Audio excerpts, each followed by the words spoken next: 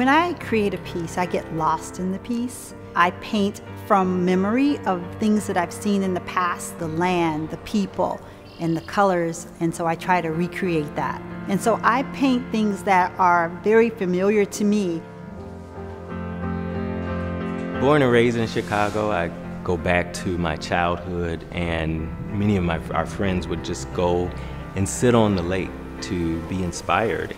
Just the energy that you get from the skyscrapers. Often my work is a combination of painting and sculpture. I like to use texture as an exclamation point. I try to paint in depths because you know there's layers in everything. That texture, that grit feel of my sand, the variations in the color.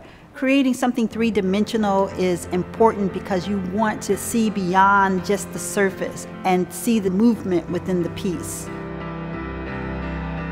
The energy that I'm trying to express is very rarely captured on camera perfectly because there's so much that you get from different angles, the shadows.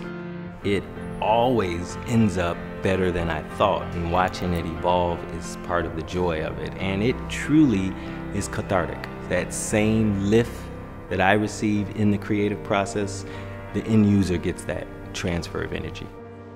I believe art is for the viewer. It's for people to enjoy. When it's in someone's home, they get to live with it, and it changes their perspective about the world, and it just makes them feel good.